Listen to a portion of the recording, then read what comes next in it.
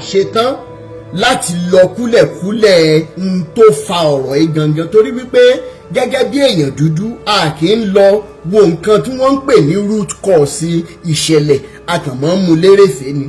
ẹ mọ̀ wò wípé àwọn wo ló special gangan tí mo fẹ́ jẹ́ kẹ́ ẹ kiri rẹ́kọ̀dì kí n dúpẹ́ lọ́wọ́ wọn. kì í ṣe àwọn èèyàn méjì bí kò ṣe àwọn agbófinró wa àwọn ọlọ́pàá tó jẹ́ wípé téèyàn bá wo nǹkan tí wọ́n ń pè ní pension àwọn ọlọ́pàá wa ní Nàìjíríà téèyàn bá ní ẹ̀rí ọkàn ni ó kàwọ́ sórí yóò sunkún jọjọ. ṣùgbọ́n pẹ̀lú bí ẹ ṣe ní Nàìjíríà pólíìsì gan corrupt tó kò lè yé yín nítorí wípé tá a bá ń sọ̀rọ̀ yìí nítorí ìdí èyí ń kọ́ èmi Rotimi Daniels Awíkoko pẹ̀lú gbogbo Fàájà Nation pátápátá àrò lọ́wájú àrò lọ sẹ́yìn ọ̀tún òsì òkè yìí sàlẹ̀ a rí wípé àwọn ọlọ́pàá wa tí wọ́n bá ń jáde láàárọ̀ ọ̀pọ̀ nínú wọn bò kì í mọ̀ bóyá wọn ó padà délé lálẹ́ wá báyàwó àtàwọn ọmọ tàbí ọkọ ṣùgbọ́n náà wọ́n tún ń ṣe náà ni kò wá lè burú títí ká kó àwọn ọlọ́pàá jọ ká mọ̀ rí àwọn tó ń fi òótọ́ ṣe lára àwọn tó ń fi òótọ́ ṣe yìí Rotimi Daniels Foundation for Peace and Equity wọ́n fẹ́ dúpẹ́ lọ́wọ́ gbogbo àwọn ọlọ́pàá láti òkè désàlẹ̀ tí wọ́n wà ní zone 2 ní Oníkan ẹ jẹ́ kí n mọ̀ dúpẹ́ lọ́wọ́ yín ẹ̀yin gangan làbámọ̀ sọ wípé ẹ kú àdúrótì ẹ kú fífi ọmọnìyàn ṣe mò ń bọ̀ ná. now gẹ́gẹ́ bí mo ṣe sọ wọ́n ní pé tí igi bá ṣubú lórí igi títòkè ẹ̀ lákọ́kọ́ yanjú. ṣe rí arákùnrin tó jẹ́ apologist yìí irú wọn pọ̀ dáadáa ní gbòòrò ayé mi ní blọọkì ẹ̀ ń sìn torí wípé àṣìírí ẹ̀dá kan ni. lórí péèjì Ayẹni ni mo wà tí mo ti lọ bá wọn figagbága tí ìdẹ́ ìṣe péèjì Ayẹni gíga nìkan ni mo ti lọ bá wọn figagbága. àṣé ò ní pè mí mo lọ síbẹ̀ mo lọ bá wọn figagbága ẹni wọn ò gbé ohun tó wà lẹ̀. ṣùgbọ́n ṣe rí gbogbo àwọn tí à ń bá wí lórí ọ̀rọ̀ irú Jésù tí wọ́n wo kòkò mọ́ tí wọ́n láwọn fẹ́ràn Jésù ọmọ àlè ló pọ̀ jù nù wọn tó jẹ́ wípé tó bá jẹ́ pé lóòótọ́ ni Jésù yẹn fúnra ẹ̀ wà tó jáwọn sítórì yẹn òótọ́ ni kì í ṣe ọ̀rẹ́rẹ́ ọ̀pọ̀ nínú irú àwọn apologists àti gbogbo àwọn tó dà bẹ́ẹ̀ lórí ẹ̀rọ ayélujára yìí ó yẹ kí ikú òjijì mọ́ pa wọ́n ni ó yẹ kó gùn mọ́ fẹ́ràn wọn yílẹ̀ ni. kí ni díẹ̀ tí mo ṣe sọ bẹ́ẹ̀ ni wípé orí péèjì Ayẹni ni mo wà tá a ti ń figagbága tó dẹ̀ jẹ́ pé nǹkan tó sì máa ṣẹlẹ̀ sọ́pọ̀lọpọ̀ nù yín last nìyẹn. ìwọ wá challenge mi wípé o fẹ́ wá authenticate biblical God and Jesus tí mo dẹ̀ mọ̀ pé ọ̀pọ̀ lára àwọn tí wọ́n fi orúkọ Jésù pa owó lórí ẹ̀rọ ayélujára tàbí ní anywhere tí ì ṣe pé bóyá wọ́n fẹ́ràn Jésù inú wọn ò dùn bó ṣe lóun fẹ́ figagbága pẹ̀lú mi torí wọ́n mọ̀ pé ẹ̀mí ẹ̀ ò gbé ohun tó wà lẹ̀.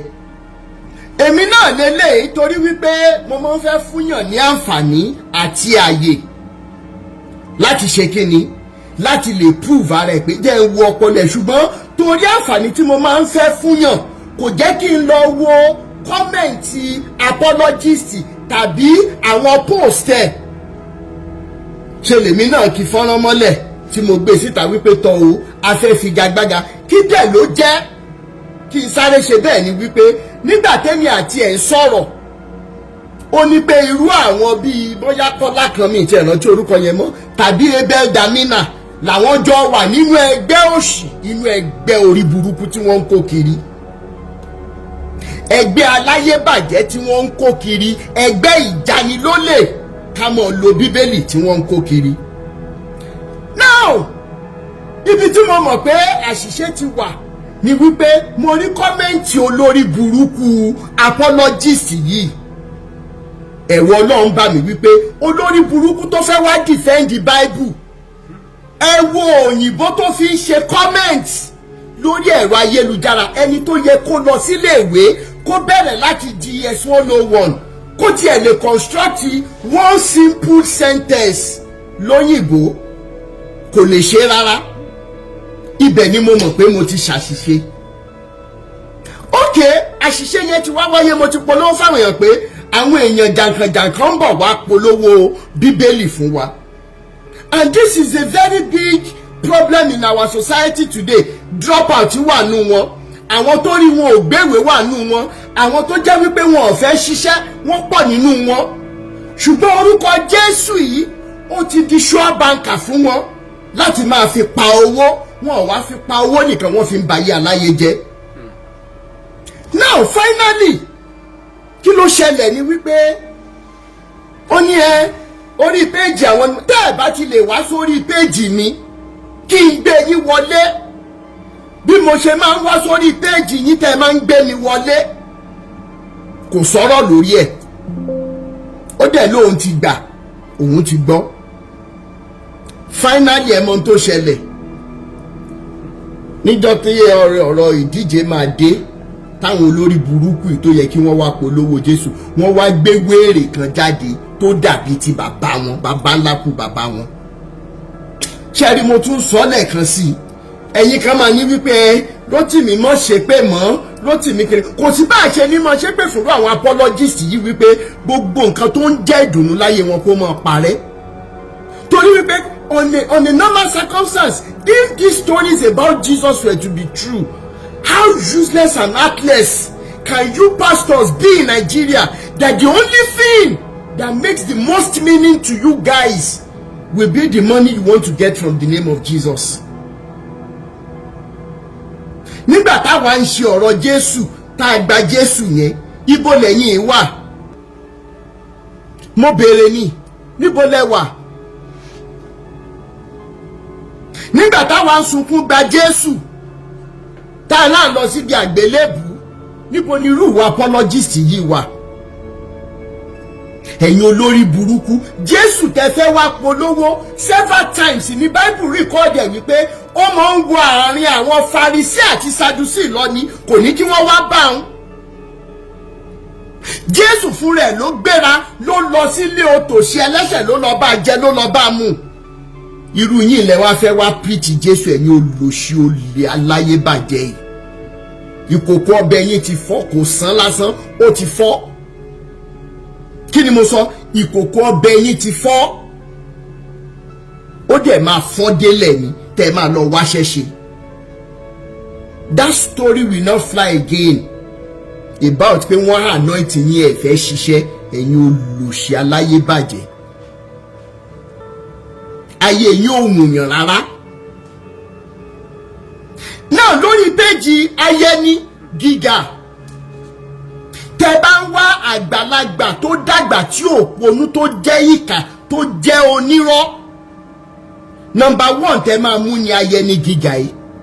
That someone like Ayẹni Gíga will subscribe to the fact that nobody has the right pẹ̀lú gbogbo àwọn olórí burúkú tí mọ́tò jọ máa papapọ̀ tẹ́ máa fojú sunkún ọmọ tẹ́ ní jèrè ọmọ lórí péjì yín.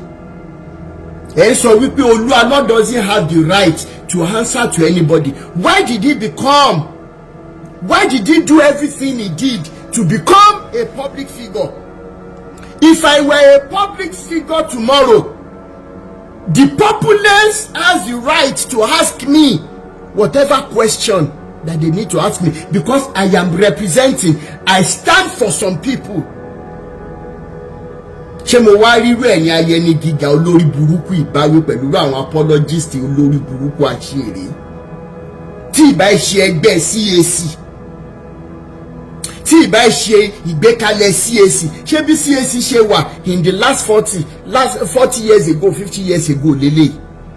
Wọ́n ní pé lé tó bá ń tòrò ọmọ àlebẹ̀ ní ò tí ì dàgbà, rìkíṣí wá pa gbogbo yín pọ̀ ẹ̀dọ̀rẹ́ lórí ọ̀rọ̀ èmi Rótìmí Daniels. Jésù yín gùn wá níyì mọ́, orúkọ Rótìmí Daniels ó wá gbẹnu yín kan, ẹ rántí orúkọ Jésù yín mọ́. Ẹ̀yin olùlòṣì olórí burúkú yìí. At the end of the day, ẹ wá ń sọ fún Olu Alo pé he doesn't have the right to answer our questions. tí ìbá ṣe pé bóyá ẹlẹ́bọ lẹ́rù. Have we even alleged anything? Have we said he did anything? We are only asking on behalf of the family. Olu Alo, either you like it or not, Iya Ijesha wants to see her daughter. Iya Ijesha has the right to see her grandchildren, the 3 boys. At the end of the day, Rotimi Daniel's foundation is not backing down on this issue. Kí ni mo ń sọ fún yín, ẹ máa wo ojú mi. Tẹ́ bá rò wípé bátẹ́gùn ṣe máa ń fẹ́ sí àwọn ọ̀rọ̀ tá a bá gbé wá, àwọn tẹ́ ẹ̀dẹ̀rù pátẹ́gùn gan ti fẹ́ sí nígbà tá a bá tún padà sórí ẹ̀rọ Ọlọ́run á bá yín, à ń ṣiṣẹ́ lọ lábẹ́lẹ̀. Ẹ̀yin olùṣí olórí burúkú yìí, ẹ̀yin tẹ́ ẹ pera yín ní pastors, tọmọ yín bá sọnù, tọmọ yín dẹ̀ máa sọnù lẹ́yìn wọ́ọ̀la, ẹ mọ̀ wá ọmọ wọn mọ̀ gbé ọmọ yín gbìn, yálà nílé ni tàbí lẹ́yìn odi, ẹ mọ̀ fojú sunkún ọmọ ni, ó kéré ni ó pọ̀ ni, irrespective of your level in these lies. Àwa wí táì wí, irú amúgbó ẹlẹ́wọ̀n ẹni tó jáde tó sọ wípé èmi ń fúnyàn lówó láti ṣe nǹkan, èmi Rotimi ó fúnyàn lówó. Ẹ lọ béèrè lọ́wọ́ gbogbo àwọn tó ti gbé cases àwọn pastors wá fún mi, ọ̀ àfà tàbí oníṣẹ̀ṣe, ẹ lọ béèrè lọ́wọ́ wọn, èmi Rotimi ó fún. Tí n bá fún ẹ lówó o fẹ́ jẹun ni, torí wípé láti 2010 even before 2010 kí tó find orphanage yẹn ni mo ti ń ṣàánú. Ẹ lọ béèrè dáadáa, èmi ò lójú tí mo fi pamọ́. Ó wá jáde ẹ̀yin olórí burúkú pásítọ̀ tẹ́ ẹ lé síta wípé ẹlẹ́wọ̀n ni, ẹ wá gbá wọlé torí wípé ẹ fẹ́ tákù Rotimi, ẹ tí pọ̀ tó, ẹ tí ṣe kíni, ẹ tí pọ̀ tó. Irú ayẹni gíga tí ó mọ preach Jésù is the same good for nothing entity tó ń pe Pastor Thompson. Ẹ̀yin olóṣì olórí burúkú, ẹ̀rí páyé yín ti bàjẹ́. Péréte tó kù lọ́wọ́ yín láwọn èèyàn tẹ́ ṣì ń dè mọ́lẹ̀ wọ́n máa bọ́, torí wípé ìjà ń bọ̀ kò tí ì dé, màrìwò lẹ́rí ẹ̀ tí ì rọ́pẹ́. Kí ni mo sọ? Màrìwò lẹ́rí ẹ̀ tí ì rọ́pẹ́. Ìjà ńlá la ó fẹ́ níjà, ìjọ̀gbọ̀n ńlá la ó fẹ́ nífa. Ẹ̀yin pásítọ̀ èké ẹ lọ múra ogun, ẹ̀yin bíṣọ̀pù jíò ẹ lọ múra ìjà. Elédùmarè ló lórí ogun, àwa ó ń bẹ lẹ́yìn àwa. Ẹni bá fọwọ́ padà òótọ́ àbógun lọ. If I can compose it like that. Now I know the reason why you people will have sent somebody to me last year June. Yẹ lọ fowó lọ bọ̀bọ̀ ẹ̀ ti bàṣẹ́ jẹ́ jìnnà. Ẹ fi 200 million naira lọ èmi. Ìjọ tí n bá máa gbowó kó kújọ́ kan tí màá gbowó pé kí n dákẹ́ òótọ́ yìí, k'Elédùmarè máa mú mi lọ. Ojú wa gbà mí tì fún gbogbo ẹ̀yin bàbá wọn nínú Olúwa, ẹ̀yin olórí burúkú aláyé bàjẹ́ yìí. Ẹ ṣẹ̀ṣẹ̀ bẹ̀rẹ̀ sí ní gbọ́mọgbìn ni o. Ojú gbà mí tì wípé ẹ lè sọ fẹ́ni tẹ́ ẹ rán wá wípé sẹ́ ẹ jẹ́ kó fi real number pè mí. Ara wa ń ta yín tó bá jẹ́ pé lóòótọ́ ni iṣẹ́ wa ò ní mínì, kí lára ń ta yín fún, kí lẹ̀ ń takù wá fún. Ẹ wá fẹ́ fi owó pa èmi lẹ́nu mọ́. Àwọn ọmọ yóò rí pépà, wọn ò pè lówó. Ìyà tí ó jẹ àwọn ọmọ yín lẹ́yìn wá ọ̀la, gbogbo yín pátápátá. Gbogbo yín pátápátá tẹ̀ ń forúkọ Jésù bojú, tẹ̀ fi ń ṣiṣẹ́ bí. Gbogbo tẹ́ bá dáwọ́ ilé òtún ní jọrí sí rere mọ́. Bẹ́ẹ̀ bá ṣe ń ru òkú ọmọ wọlé lẹ́mọ̀ ru òkú ọmọ jáde. Èyí tó ṣẹlẹ̀ sí Jóòbù níjọ́ wọn ni kékeré ni nínú ìtí ọmọ ṣẹlẹ̀ sí yín. Tó bá jẹ́ pé lóòótọ́ lórúkọ Jésù, ẹ wo tẹ́ sọ orúkọ Jésù yẹn dà. Ṣẹ́nu Jésù gan dùn sí yín lọ́wọ́lọ́wọ́ tá a wà yìí. Ṣẹ́nu Jésù yẹn dùn sí yín. Àwa wíta ìwé olóhùn pé rẹ̀ ní Apollo, mo wá wo kọ́mẹ̀ntì ẹ̀ òyìnbó wèrè tó kọ́. Mo ní ṣé mi ń ṣèrè báyìí, ẹwẹ́ ni tí mo fẹ́ gbé wá sórí platform mi pé kó wá defend the Bible. ẹ̀yin olùsí olórí burúkú common simultaneous equation sọmọlọ́jẹ́ algebraic equation lè ṣe ṣùgbọ́n style tí Holy Spirit fi bá Mary sùn tí wọ́n bá bẹ̀rẹ̀ lọ́wọ́ ẹ̀yin olórí burúkú ní Nàìjíríà ẹ mọ style yẹn náà ṣé ẹ mọ style yẹn ni ẹ mọ gbé ìjà yẹn bọ̀ ẹ gbọ́ mi ìjà kan náà kí n bá yín fọwọ́ bà á. Mo wà ń lé fún yín 247 ẹ̀yin olè ọ̀lẹ aláyébàjẹ́ yìí mo tún wá ń sọ lẹ́nu kí gbogbo àwọn ìyàwó yín àtàwọn ọmọ yín tó ti dàgbà kan máa gbọ́ kí gbogbo àwọn òbí yín kan máa gbọ́ torí wípé tá a bá fa gbòrògbòrò ó fàgbó gbogbo owó tẹ̀ ń yá lọ́wọ́ àwọn èèyàn tẹ̀ ń lo orúkọ Jésù lọ́nà àìtọ́ kí gbogbo àwọn sáìtìkì yín máa gbọ́ gbogbo owó tẹ̀ ń gbà lọ́wọ́ àwọn èèyàn tẹ̀ ń yí sítórì Jésù padà sí money making ventures irú owó bẹ́ẹ̀ bàbá àti ìyá yín wọ́n mú lára owó yẹn wọ́n fi ra pósí fún yín pósí ìbànújẹ́ tá a bá rí kankan lára àwọn girlfriend yín tẹ́ fi ń ra lé fún ṣó ti yé yín yálà Italy ni o yálà France ni o yálà Canada ni o anywhere in the world gbogbo irú àwọn ọmọ bẹ́ẹ̀ mo mọ̀ wípé ń lò wọ́n ni o ṣùgbọ́n kì í ṣe àwọn nìkan ló máa jẹ nínú oró yẹn sẹ́ẹ̀ bàbá àti ìyá àwọn girlfriend yín náà wọ́n mọ̀ fojú sunkún wọn wọ́n mọ̀ rí bànújẹ́ lórí àwọn girlfriend yín àwọn fúnra wọn á rí bànújẹ́ torí pé tá a bá fa gbòrògbòrò àfagbó ni tá a bá wá rí ìyàwó kankan nínú yín tàbí ọkọ nínú yín torí wípé a ní pastor mrs a ní àwọn gospel artist tó jẹ́ obìnrin tí wọ́n ń fi owó yẹn bọ́ ọkọ gbogbo tẹ́ bá fi owó yẹn kó jọ bẹ́ẹ̀ bá ṣe ń fi ojú ọwọ́ kójọ lẹ́mọ̀ fi ẹ̀yìn ọwọ́ dànù àṣẹ́dẹ̀ ti gùn kí ni mo sọ àṣẹ ti gùn bẹ́ẹ̀ ni àwọn ọmọ tẹ́ wá ń bíjọ tẹ́ ń fi owó oògùn olóògùn tẹ́ fi ń rán lọ léèwé lénìí wọ́n mọ̀ dọmọ lọ́mọ according to Psalm 35 and Psalm 109 ẹni kí n mọ̀ ṣe pé mọ̀ Bible ni mò ń lò báyìí against àwọn tó ń ba Olúwa jẹ́ ẹ wá fọ́ọ̀tì mi lórí eléyìí ìyàwó yóò mọ̀ di opó àwọn ọkọ yóò mọ̀ di opó ọ̀sán gangan àwọn ọmọ yẹn á di alárìnká tí wọ́n di alágbe nígboro ó wà nínú Psalm 109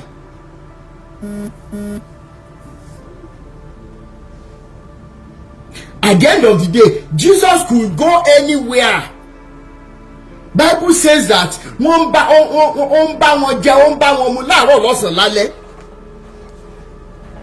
olórí burúkú yóò lórí láyà ikú Jésù yóò ní mínì sí yín débi wípé òkè tí bàbá yóò bá tiẹ̀ wá gba táùsì tẹ́ gbé wá lórí irọ́ ẹ jẹ́ ká lọ bá náà ṣe bá gbóòtọ́ dání olórí burúkú yín wá lọ lórí different posts ẹlẹ́ni ń parọ́ wípé èmi ń sáfẹ́yìn mo tún ti ń ṣe live video báyìí ẹ mọ̀ bọ́ ẹ wá authenticate ẹ̀yin olòṣì olórí burúkú àsìkò ti dé tán tí gbogbo àwọn oníṣẹ̀ṣe pátá tí wọ́n máa tú yín láṣìírí ẹ̀yin mélòó lẹ rí fídíò tí wọ́n ṣe ní Benin Republic lẹ́nu ọjọ́ mẹ́ta tí bàbá yẹn wọṣọ funfun báyìí tó ní wípé never again will a pastor or àfà ní abu ẹnu àtẹ́lu ìṣẹ̀ṣe ẹ̀ ti ń jẹ́ tán tí wọ́n máa tú àṣírí gbogbo àwọn bàbá yín nínú Olúwa ṣáwọn eléyìí tó ń jẹ ìjàpá ní ká sọ ni ṣáwọn eléyìí tó lọ ń fọ aṣọ òkú every Friday ní ká sọ ni abẹ́rùpá àti ìgbọ́ wàhálà àṣírí ọ̀pọ̀ nù yín wà lọ́wọ́ mi tí ì ṣetán ni ẹ̀yin olùṣọ́ lórí burúkú eléyìí tó pa ìyàwó ẹ̀ tó sọ wípé ìyàwó òun pokùnso ńkọ́ torí wípé ìyàwó ẹ̀ ti rí àṣírí ẹ̀ ẹ̀yin aláṣọ òkú mi ìdẹ́rí yín bá wí àwọn tó sì ń tẹ̀lé yín ni mo rí bá wí tí ọpọlọ wọn ò ṣí à ń bọ̀ àti ìdè olùṣọ́ olórí burúkú awáwítà ìwó péré ní apologist ìjáde ìwọlé yóò mọ̀ bá ọ gbogbo tó ń dùn lé ayé tó ń mí àti tí ó ní yóò mọ̀ dòfo ni wo lórí burúkú yìí finally mo mọ̀mọ́ sọ ní ẹ̀yin ìyàwó wọn tẹ́ bá ti gbọ́ story yẹn o, tẹ́ bá ti rí wọn tí wọ́n ṣe kí lorúkọ ẹ̀, tí wọ́n ṣe vigil lọ́jọ́ Friday àṣírí ni mo fún yín yẹn, ẹ trace wọn. Ẹ̀yin ìyàwó pastor especially gbogbo àwọn tó wà Ìbàdàn yẹn, ẹ mọ̀ bá ń trace wọn, mo já yín sí nǹkan kan ni.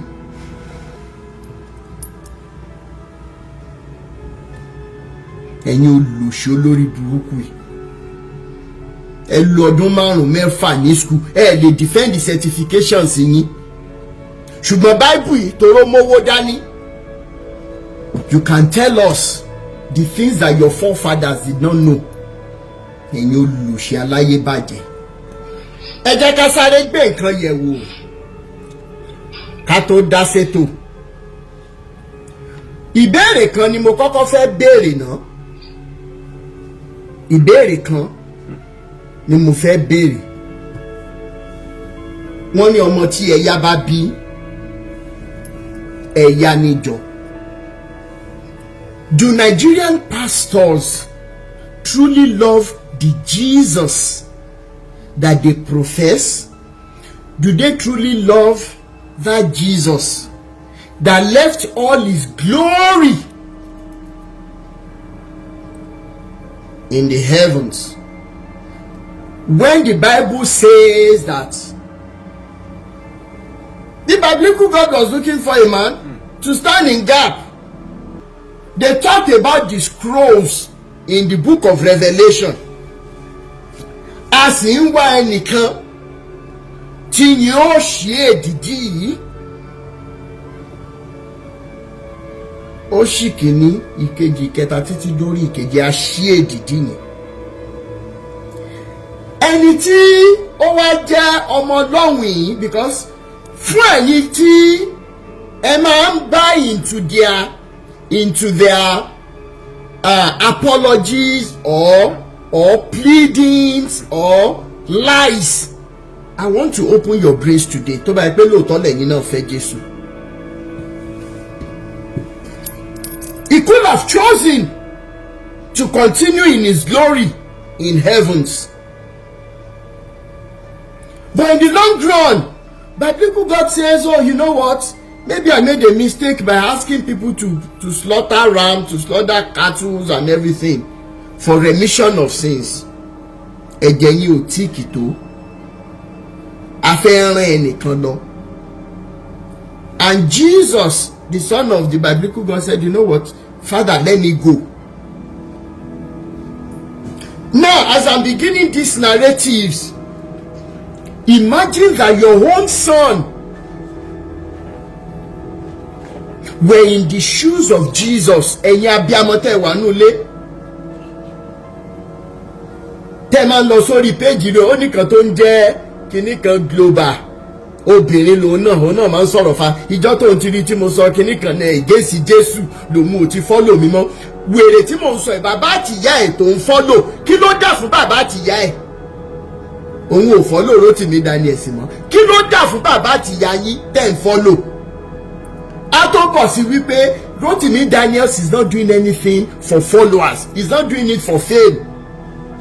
Tí n bá parọ́, ẹ béèrè lọ́wọ́ àwọn radio stations kọ̀ọ̀kan tí wọ́n ti get in touch pẹ̀lú mi pé àwọn fẹ́ ṣe interview fún mi online. Tó bá yẹ pé popularity àti pé kán lè mọ̀yàn fame ni mò ń wá. If so many of you were in my shoes, wouldn't you have accepted that? Ẹ jẹ́ kí n lọ sọ lórí rédíò, ẹ jẹ́ kí n lọ èmi Rótìmí. Ẹ béèrè lọ́wọ́ wọn.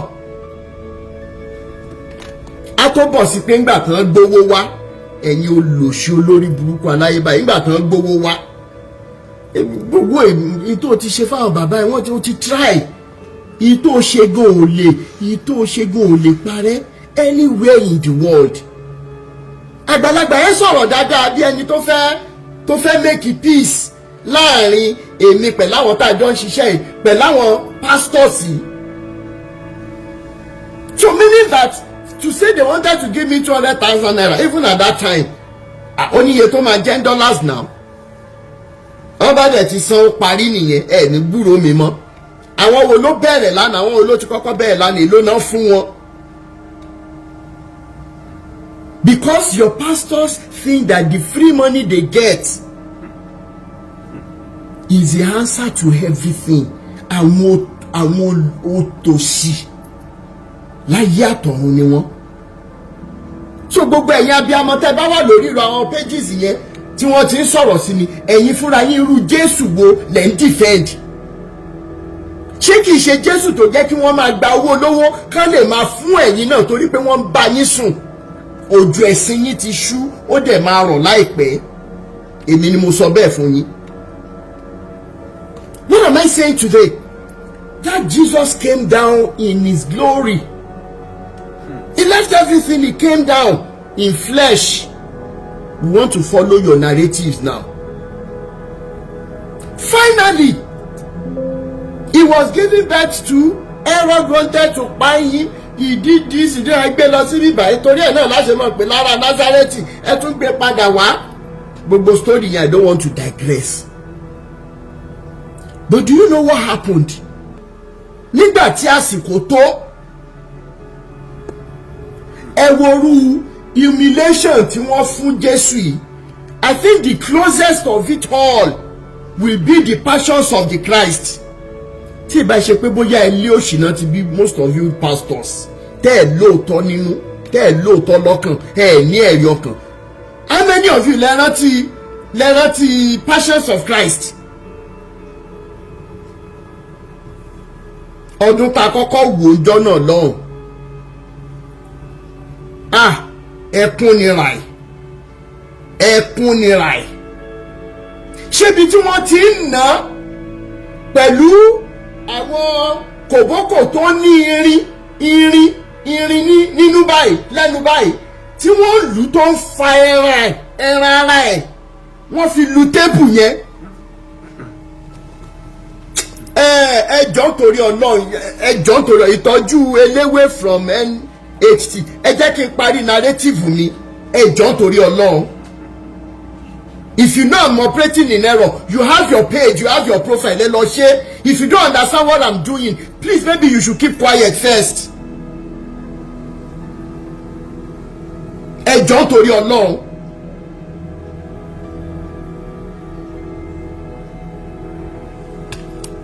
Now, finally,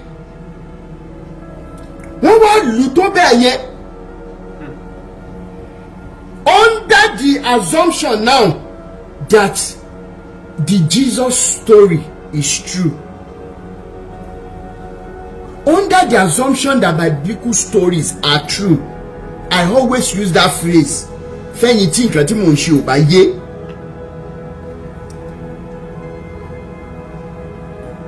Finally, kí ló ṣẹlẹ̀? Ẹ wo sí níbi tí wọ́n ti nà tí Mary tó jẹ́ ìyá ẹ̀ tó wá fi kíní handkerchief yẹn tó fi ń nu ẹ̀jẹ̀. Káàzín pé bẹ́ẹ̀ ni gbogbo scenario yẹn ṣe rí. Ó tún wá ń gbé àgbélébù yẹn lọ. Ó wá ń gbé, thank you so much Zinia. Ó wá ń gbé àgbélébù yẹn lọ. Débi wípé ó dé àsìkò kan wọ́n tún wá nà kí ọkùnrin kan tó jáde pé tẹ́ ẹ bá tún nà. Ok, ó wá bá gbé àgbélébù yẹn wọ́n tún wá ń lù ú. Ó wá ní pé tó bá tún nà òun ò ní gbé mọ́. Wọ́n mọ̀ gbé dé orí òkè tó ń jẹ́ Gọ́gọ́tà. Wọ́n wá lé sílẹ̀ lórí igi. Wọ́n wá ṣe kí ni? Wọ́n wá kàn lọ́wọ́ àti lẹ́sẹ̀. Bó ṣe wá kàn lọ́wọ́ àti ẹsẹ̀ tán, wọ́n gbé nàró. Ní wákàtí báyìí, he gave up the ghost. Now this is where the problem lies.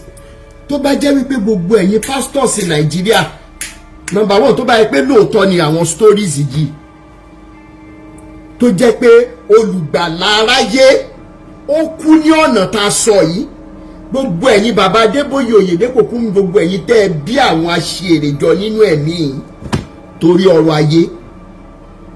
Tó bá jẹ́ pé lóòótọ́ ni gbogbo ẹ̀yin abiyamọ tẹ́ wà nú lélẹ̀ mi tẹ́ believe tẹ́ mọ̀ sọ̀rọ̀ sí Rotimi Daniels Foundation àti gbogbo àwọn tá a jọ ń ṣiṣẹ́ ìtúsílẹ̀ yìí tẹ́ jẹ́ obìnrin tẹ́ bí ọmọkùnrin tó bá jẹ́ lóòótọ́ ni stories yìí tí Jésù yẹn wá kú tán tó lọ tó wá ní ilé bàbá mi lókè ọ̀run ọ̀pọ̀ ibùgbé náà wà níbẹ̀ Jésù wà níbẹ̀ áńgẹ́lì wà níbẹ̀ wọ́n kọ́ mímọ́ hallelujah hallelujah mímọ́ hallelujah mímọ́ hallelujah hallelujah hallelujah right. wípé nílé bàbá mi ọ̀pọ̀ ibùgbé ló wà níbẹ̀ èmi dẹ̀ ti lọ ń sìn yín kí n lọ pèsè àyè sílẹ̀ fún yín. gbogbo ẹ̀yin bàbá Débóyè ibikíbi tí Jésù bá wà lénìí kò súre fún yín kò súre fáwọn ọmọ yín o bẹ́ẹ̀ ni mo sọ fún yín that you would reduce the agonies of the Savior. You will reduce the pain of the Son of your God to material things, to worthless things. If these stories were true, all of you pastors in the house today, tẹ́ bá ní ẹ̀rí ọkàn,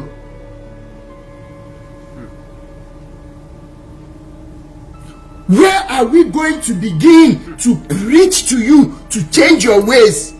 Torí wípé ọ̀pọ̀ nínú àwa tá à ń ṣe ìjàngbara yìí ó ní nǹkan kan tẹ́lẹ̀dùmarè kọ́kọ́ ṣe fún wa ó kọ́kọ́ fún wa ní ìkọláyà ó tún wá ṣe nǹkan kan tí mo mọ̀ nípa àwọn tá a jọ jẹ́ iná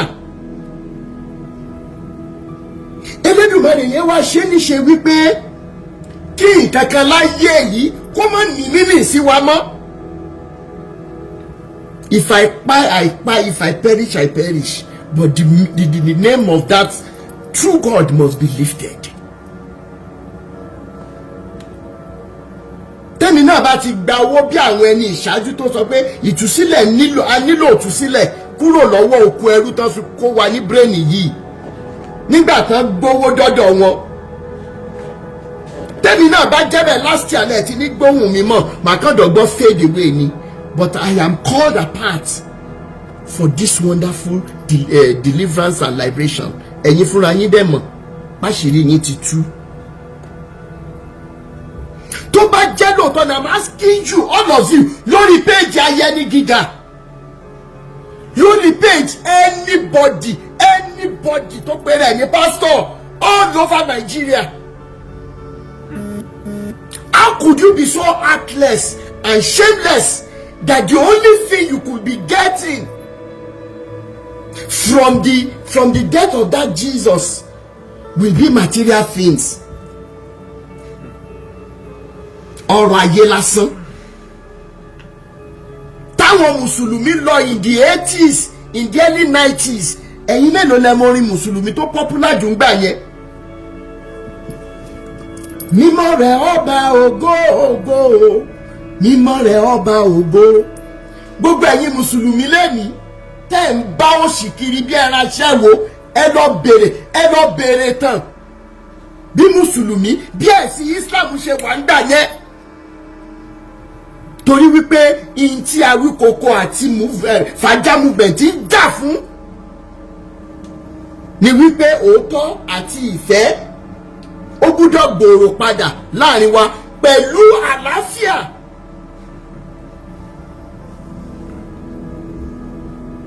Mímọ́ rẹ̀ ọba ògo ògo, mímọ́ rẹ̀ ọba ògo. Ẹ̀yin mélòó lẹ rántí orin yẹn in the early 90s? Mo wọlé ayé kò sóhun kan níbẹ̀, mímọ́ rẹ̀ ọba ògo. Mo wọlé ayé kò sóhun kan, kò sí kankan níbẹ̀, mímọ́ rẹ̀ ọba ògo.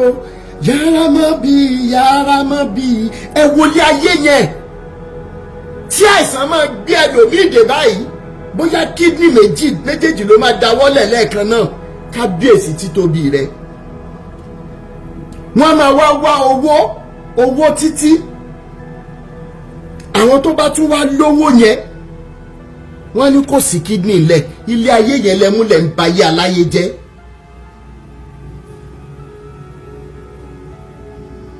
Kí ẹ rántí àwọn orin yẹn láyé ìgbà tá a mọ̀ every Friday lórí assembly ground wa gbọ́dọ̀ kọrin Muslim ààrí gẹ́gẹ́ bí anything gbà yẹn. I love Islam, I love Islam, because it's a religion of peace. I love Islam, I love Islam, I love Islam, because it's a religion of peace. Peace. I love Islam. Àbíbá ṣe kọ́ nìyẹn. Bẹ́ẹ̀ dẹ̀lẹ́lẹ́ àwọn tó tún wá jẹ́ oníṣẹ̀ṣe. À ń bára wa ṣeré, à ń bára wa rìn, à ń bára wa lọ, à ń bára wa bọ̀. There was only one binding factor. Only one binding factor, ìfẹ́ àti ìfẹ́ ọmọlàkejì. Ṣùgbọ́n wọ́n nílé tó ń tòrò ń gbà yẹn gbogbo ẹ̀yàn máa lè bẹ̀ ni ò tí dàgbà ẹ ti dàgbà kan bẹ́ẹ̀ wo bí tẹ̀sán ẹ wo tẹ̀sán léda. Mo tún béèrè lẹ́ẹ̀kan sí i. Tí Jésù yẹn bá wá lóòótọ́ tó kú, ikú oró tó kú. Ṣé ẹ rántí orin tẹ́ máa ń kọ́ ń gbà yẹn? Ikú oró tí ń bá kú, ìyà ẹ̀ṣẹ̀ tí ń bá jẹ, gbogbo rẹ̀ ló ti kó lọ. Jésù Olúwa ó máa ṣe o, torí mi ló ṣe jìyà. Àṣé bí Jésù yẹn ṣe ń kú fún yín lórí igi àgbélébù, olórí burúkú yín ń sọ fún wípé àkútúkù ẹ lọ́nà ọ̀run kú ká bẹ̀rẹ̀ sí ní mẹ́kọ̀wó. Àwọn ọmọ yóò jẹ nínú gbogbo tẹ́ ẹ ti gbìn sílẹ̀ iṣẹ́. Ní ìran títí dé ìran kẹrin. Títí dé ìran kẹrin àwọn ọmọ yóò jẹ́ ń bẹ̀sẹ̀. Ẹ wá demonize truth, love and humanity. Torí wípé it is either we accept the truth or not. The truth will remain forever. Irọ́ ló máa change. Ló máa ṣe kíni? Ló máa change. Ẹni àwọn tó bá ń ṣe Ògún, Ọya, Ọbàtálá, kìnìkan èmi ò fi bẹ́ẹ̀ mọ̀ ń pa ẹ̀. Wípé wọ́n máa wọ iná yẹn ni narrative yín. Òun ló fà tí ọ̀pọ̀lọpọ̀ fi wá ń jáde pé mi ìfẹ́ wọnú náà, mi ìfẹ́ wọnú náà, mi ìbá wọn ṣe débi wípé ìtẹ́lòmíì gan tó fi ń help àwọn èèyàn tó jẹ́ babaláwo tàbí oníṣègùn ṣe lẹ ní kí wọ́n dànù. Wọn ò wá dànù nìkan. Olórí burúkú yín ń tọ̀ wọ́n lọ lẹ́yìn ẹ lọ ń gba àwọn agbára yín. Ẹ lọ ṣe kí ni? Ẹ lọ ń gba àwọn agbára yẹn. Ẹ tún wá gbà láti fi tún ayé ṣe bí wọ́n ṣe ń ṣe ń gbà yẹn o. Ẹ ń gbà láti lè fi mọ́ kó àwọn èèyàn lẹ́rú ni. Àwọn ọmọ yóò ní kúrò lóko ẹrú. Èmi mo sọ bẹ́ẹ̀. Ẹ lè rò pé ẹ ti kó ọrọ̀ ayé jọ àti owó. Ẹ lè rò pé ẹ ti kó nǹkan jọ. Torí wípé olòṣì aṣèrè tí Bíbélì yín pè yín nìyí. Pé ẹ kó ọrọ̀ jọ nígbà tẹ́ ẹ̀mẹ́ni tí ó lò. Àkàlà máa ti lọ. Wọ́n má tún ní kí wọ́n wú òkú ẹ̀. Torí wípé àwọn ọmọ ń jà sógun. Lẹ́yìn ìgbà tẹ́ bá kúkú ọ̀wọ̀wọ̀ ikú ẹ̀sìn tẹ́ máa kú tán. Àwọn ọmọ yóò ní nísìnyí wọn ní fún ẹ̀yìn gan sìn nínú sàréè.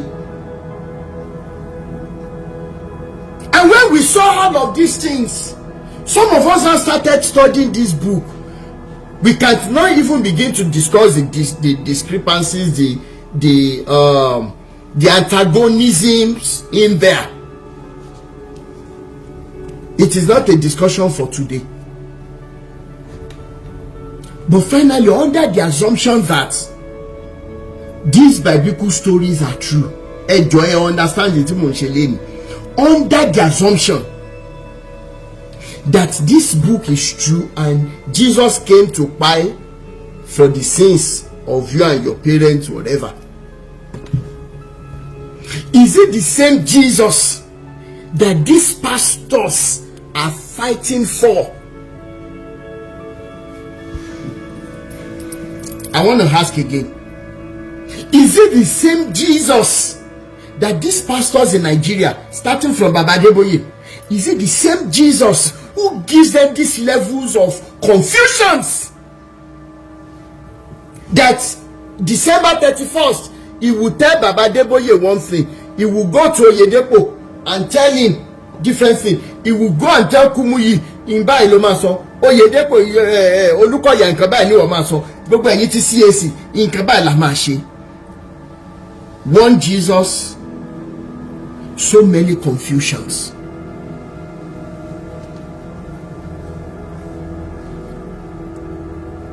And lastly, gẹ́gẹ́ bí mo ṣe post ní few days ago, mo sọ nǹkan kan, mo ní Ìyábọ̀ Yẹ́misí Òbé tó bá ṣì wà láyé, tó wà láyé, tó ń gbọ́ wa, gbogbo bíkíbi tí wọ́n bá fi ẹ́ há sí,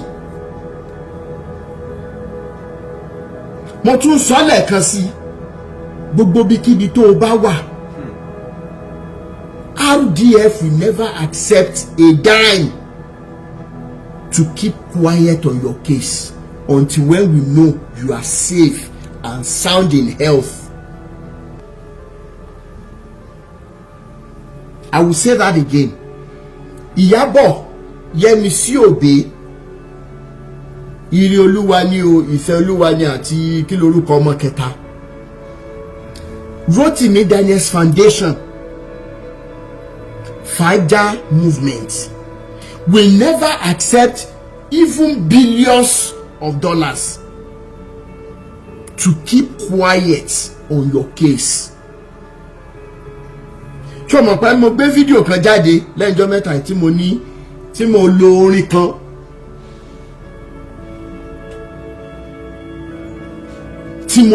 kan bóyá orin Sele tí mo fi gbé sórí Facebook.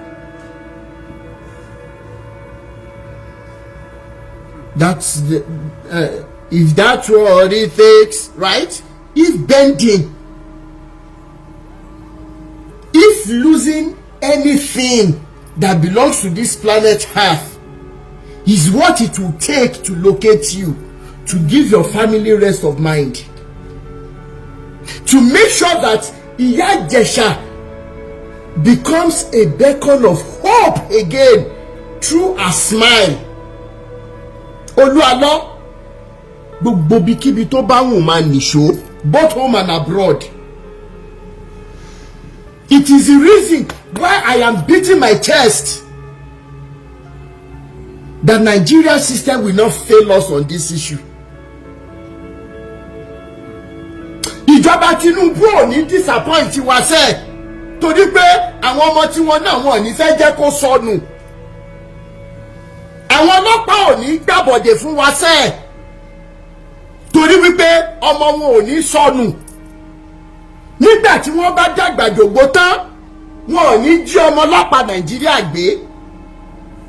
Àdúrà mò ń ṣe lénìí, mo dẹ̀ mọ̀ tí mò ń sọ. Gbogbo ẹ̀yin ọlọ́pàá tẹ́ mọ̀ dìde lórí ọ̀rọ̀ yìí, nígbà tí iṣu ọmọ bá jiná tán fún yín, mo fi títóbi Elédùmarè ṣẹlẹ́rìí, wọ́n mọ̀ bá yín dín ẹyin sí lẹ́gbẹ̀ẹ́, kì í tún wá ṣomi nìkan lẹ́mọ̀ mú jọ́nà lọ́hùn, wọ́n mọ̀ bá yín fi wáìnì àgbà tí lẹ́gbẹ̀ẹ́ tẹ́ẹ̀nàṣẹ̀ tẹ́ jẹ wọn mọ́. Mi ní sọ jù yẹn lọ torí wípé ọlọ́gbọ́n mọ̀ ń ṣe ọ̀rọ̀ ẹ̀kú ni. Ṣùgbọ́n Olu Alo mọ̀ fò mọ́ níṣó wa gbé Ìyábọ̀ jáde pẹ̀lú àwọn ọmọ mẹ́tẹ̀ẹ̀ta. Èmi ni mo sọ bẹ́ẹ̀. Gbogbo ẹ̀yin abiyamọ tẹ́ pé láyé lábiyamọ nínú ilé tẹ́ ti wá ń sọ pé Rotimi kí ló kàn bẹ́ẹ̀, ṣé wọ́n ní kìnìkan ní kìnìkan. Níjọ́ tẹ́ bá nílò èèyàn 10 kó dìde fún ọrọ̀ ayé yín. Gbogbo ẹ̀yin tẹ́ pera yín lábíamọ nínú ilé tẹ́ ń fọ́ọ̀tì pé à ń béèrè one simple question.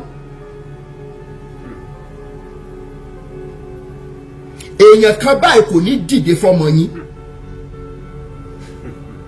Gbogbo ẹ̀yin tẹ́ pera yín ní abíamọ ṣùgbọ́n abíagbá ni yín.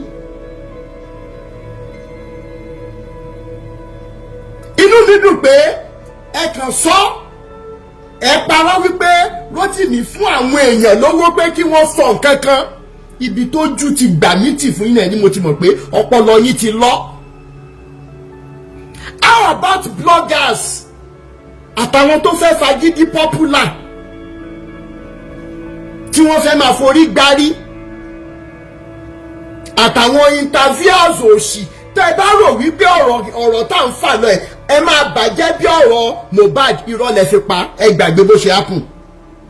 Èmi ni mo sọ bẹ́ẹ̀ fún yín, ẹran mò ń fọwọ́ gbá kì í ṣẹ́gun.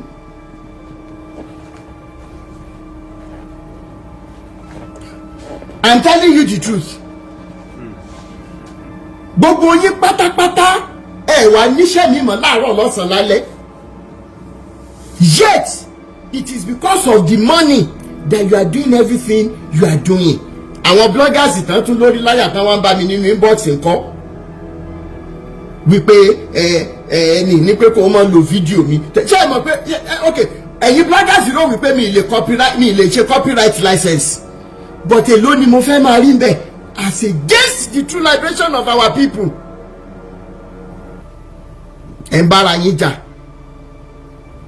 Olórí burúkú yín tún wá lójútì ẹni wípé ó ń fún àwọn èèyàn lówó. Tí n bá fún àwọn èèyàn lówó tó bá jẹ́ lóòótọ́ ni mo fáwọn èèyàn lówó wípé kí wọ́n wá sọ̀rọ̀ bí tí wọ́n sọ ṣé wọ́n parọ́.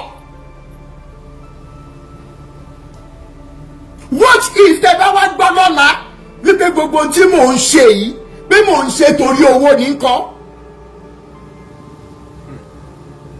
Àwa wíta ìwí wèrè tán ti lù lẹ́wọ̀n tí wọ́n ti fi ọwọ́ nìkan kọ́ ni ò dá wọ́n ti lù ní pọ́npọ́lọpọlọ ẹni tó yẹ kí Christian Association nígbà tó lóhun ń ṣe pastor lábẹ́ yín. And this is one of the wickedness of the body of Christ. Ẹ mọ̀ wípé tọ́pẹ́ tá ń sọ yìí ó ní àrùn ọpọlọ fúnra ẹ̀ ló sọ.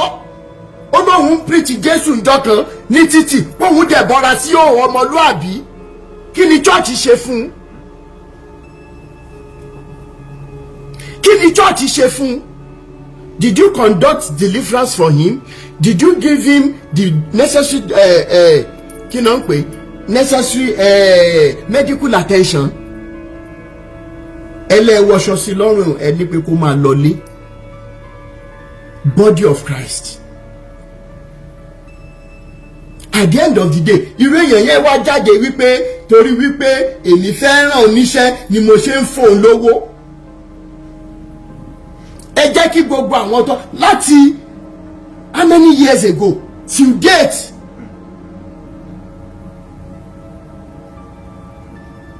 láàárọ̀ nínú kòsíkòsí I make sure that I still bless somebody today. As a matter of fact èèyàn méjì àbí mẹ́ta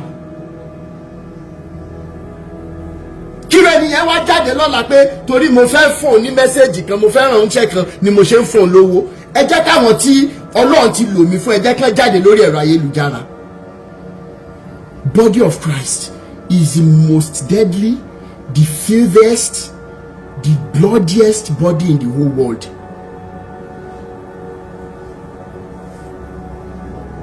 Body of Christ. You hear body of Christ and you are still staying. Nothing can. Èmi gan máa bẹ̀rù ẹ.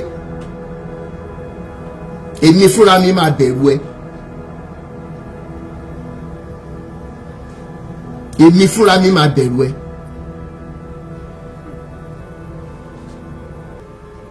And lastly, another thing tí mo tún sọ ni wípé lẹ́yìn kéèsì tó lọ àlọ́tọ́lọ́ máa bá wa yanjú síbi tó dáa tí ìyá Ìjẹ̀ṣà máa rẹ́rìn ayọ̀ láṣẹ Èdùmàrè. Gbogbo ẹ̀yin tí ẹ gbé kéèsì wá sọ́dọ̀ mi, gbogbo ẹ̀yin tí issue yín ti wà lórí table wa, mo fi títóbi Elédùmarè bẹ̀ yín. Kì í ṣe pé bóyá mo fi yín gún lágídí o, ṣé mọ̀ pé ẹ̀yin kankan mo ti bẹ̀ yín wípé kẹjọ kẹ má bínú pé ọ̀rọ̀ Olu Alo yìí à ń wá bá ṣe fẹ́ ṣe bẹ́lẹ́dùmarè ṣe máa bá wa yanjú ẹ̀. Ẹ jọ̀ọ́ nítorí Ọlọ́run ẹ má bínú, a mọ̀ yanjú ẹ̀ kọ̀ọ̀kan, a ní fi kankan lẹ̀. Nínú gbogbo tí Olu Alo tó ń lọ lọ́wọ́ yìí ní ti Ọdúnládé àbí AK-47 jáde tẹ́ bá rántí ní ìgbé wá sórí ẹ̀rọ ayélujára ṣe ni mo bá wọn ṣẹ́tù ẹ̀.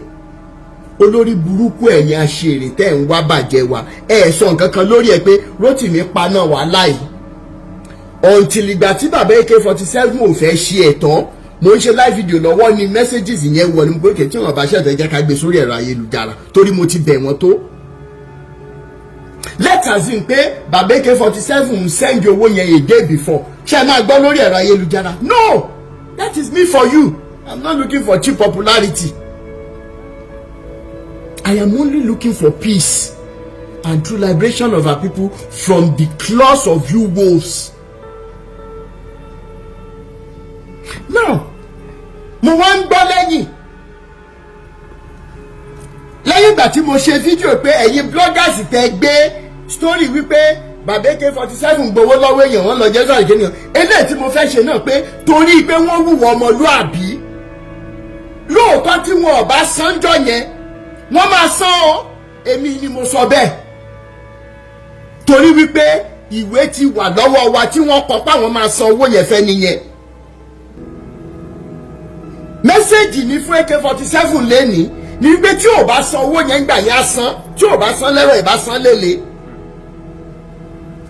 Mo wá gbọ́ wọn láwọn kan rí wọn lórí live video tí wọ́n ń fọ́nbù wípé Olu Alo ni ò lè ṣe nǹkan kan, wọ́n ṣà ń fọ́nbù. Ọ̀rọ̀ yẹn dùn mí gan ṣùgbọ́n kò tún wá dùn mí. Ìdí ẹ̀ ni wípé tí nǹkan kò bá ti bà ọmọlúàbí mi jẹ́ ìyókù kékeré ni, èmi ni mo sọ bẹ́ẹ̀.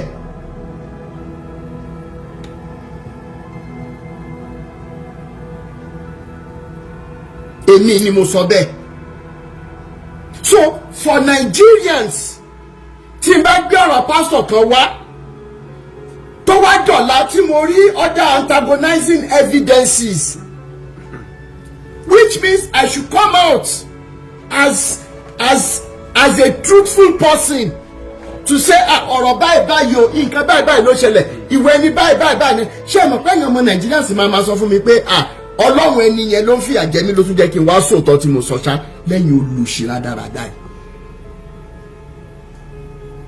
Kí ló AK-47 lọ máa fọ́nbù pé òun gbé fún wọn gbígbóná ni, òun ṣe kinní kan gbígbóná ni.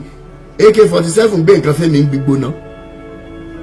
Ó bà nínú jẹ́ lọ́pọ̀lọpọ̀ wípé gbogbo ẹ̀yin tẹ́ pera yín ní ìránṣẹ́ Ọlọ́run, ìránṣẹ́ Sátánì tó tó yín láyé yìí ò sí. In fact Sátánì gan, Lucifer gan ní ìjà apology lọ́wọ́ yín. But I will say this, kí n tó dánu dúró, your shenanigans, your lies, your wickedness will never stop me from doing the things I should do gẹ́gẹ́ bí ọmọlúàbí. How many of you lẹ́nà ti fídíò kan níbi tí mo ti ń bẹ àwọn bàbá Adébóyè pé ẹjọ́ ẹ ṣe kó dáa, ìwọ̀nba tó kù láyé yín, you can still make impact starting from our messages that you preach about ara Jésù owó ni. Ṣé ẹ rántí fídíò yẹn tí mo sọ wípé eléyìí tí mo fẹ́ ṣe yìí àwọn fàájà movement gan máa ń pé Rótìmí ṣó ti mú gbó ni, mo ní mo mọ tí mò ń ṣe, and the video went viral. So many people appreciated it. At least you spoke with them with, you know, with gentility, with respect, with this. Àwọn kan sọ pé Mr. Rótìmí sẹ àwọn bàbá yìí ti gungi kan jẹ́ wọn ò lè gbọ́ mọ́, wọ́n ti gé àṣàkẹ́ wọn létí lọ. Do you know what some people said under that video? Wọ́n ní wípé Ọlọ́run àwọn bàbá Adébóyè ó ti ń na èmi lẹ́gba ló jẹ́ kémi wá sọ sọ́rí.